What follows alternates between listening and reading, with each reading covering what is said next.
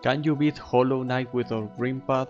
First of all, I will do a small recap of the first part, though if you want to see it, I will put it in the description. After going to Crossroads and trying some ways to get out of there, I used Stall Ball to get to Fungal and a Shade Skip to get to Mantis Village. There, I got to Mantis Claw and then I went to City and got Desolate Dive. However, to beat the game we need way more than Claw and Dive, so the next target is Crystal Heart. With our normal dash, exploring Crystal Peaks is more annoying, but the real hard part is the C-Dash room, because there are jumps that are clearly intended to be done with dash. However, I have a trick up my sleeve. Before entering peaks, I got Howling Rage, that thankfully is possible to get without dash.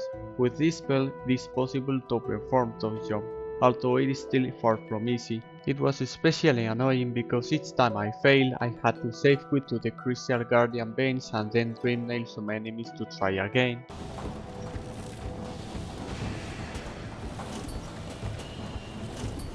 I eventually got it and now we are ready to get a lot of new stuff.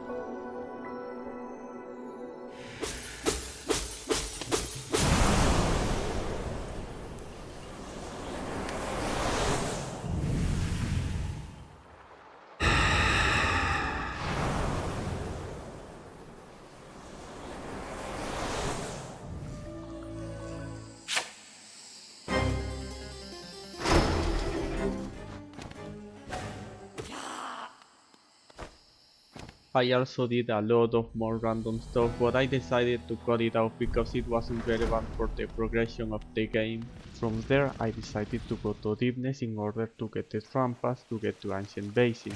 I could technically go to there before, but I decided you might as well have it. And I also did the parkour to the Vessel Fragment. I just wanted to see if you could do it without dash, and you can.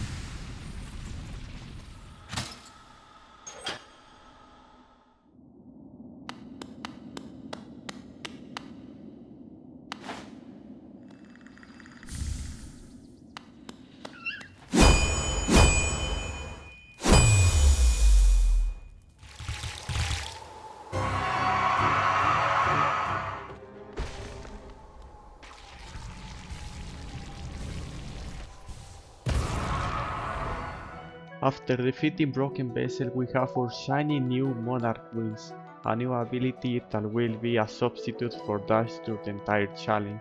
From there, I could technically go to Kingdom's Edge, fight Hornet Sentinel, get King's Brand, go to Ancient Basin, and gain Shade Cloak. That will basically nullify the entire challenge, so I decided against it. The hard parts are already done and you might as well beat the entire game without dash.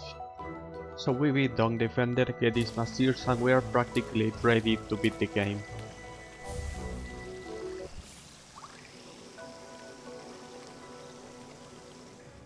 The Umu fight was kind of annoying because without dash it is a little bit harder to avoid the attacks, but it was not that bad.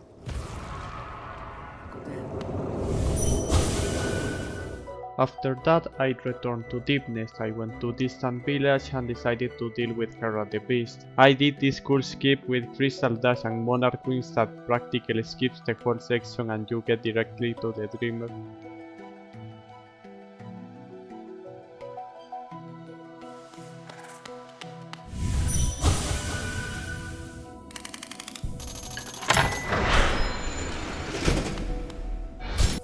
After that we get the second to last fight in this challenge.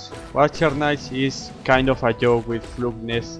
It's very easy, not having dash didn't affect at all, it was very fast.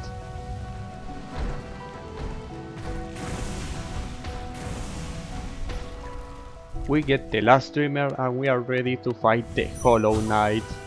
After defeating the Dreamers, Cornifer returns home and we are able to buy the missing map from his Zelda shop, which means we can get the map of Greenpath without going there. As you can see, our map has a very big Greenpath shaped hole. Enough rambling, time to beat the Hollow Knight. This fight was surprisingly difficult despite the upgrades I got along the way. This is because I suck at the game, but also not having dash made some attacks really hard to avoid. It took some tries and changing charms, but I eventually beat it.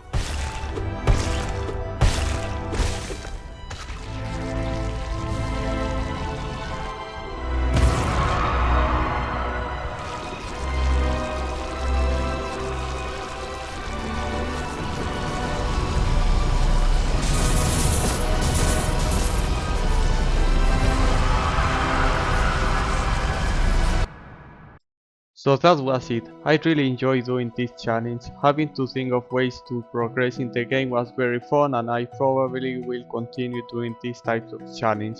Thanks for watching and bye.